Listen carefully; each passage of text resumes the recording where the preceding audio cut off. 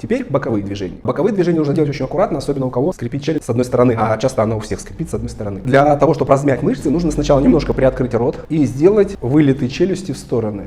Раз, два, раз, два.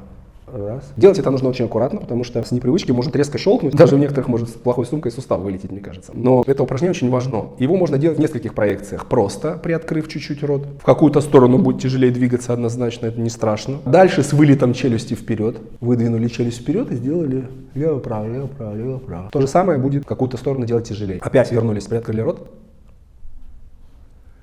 И делаем уже больше открытия рта. Как будто мы прикусываем какой-то большой предмет типа морковки. И с вылетом челюсти, но тут аккуратнее надо быть. Иногда может меняться тональность в ухе. Когда мы двигаем челюсть вперед, у кого склонность к шуму в ушах, может тоже происходить давление в уши. Ничего страшного, это пройдет.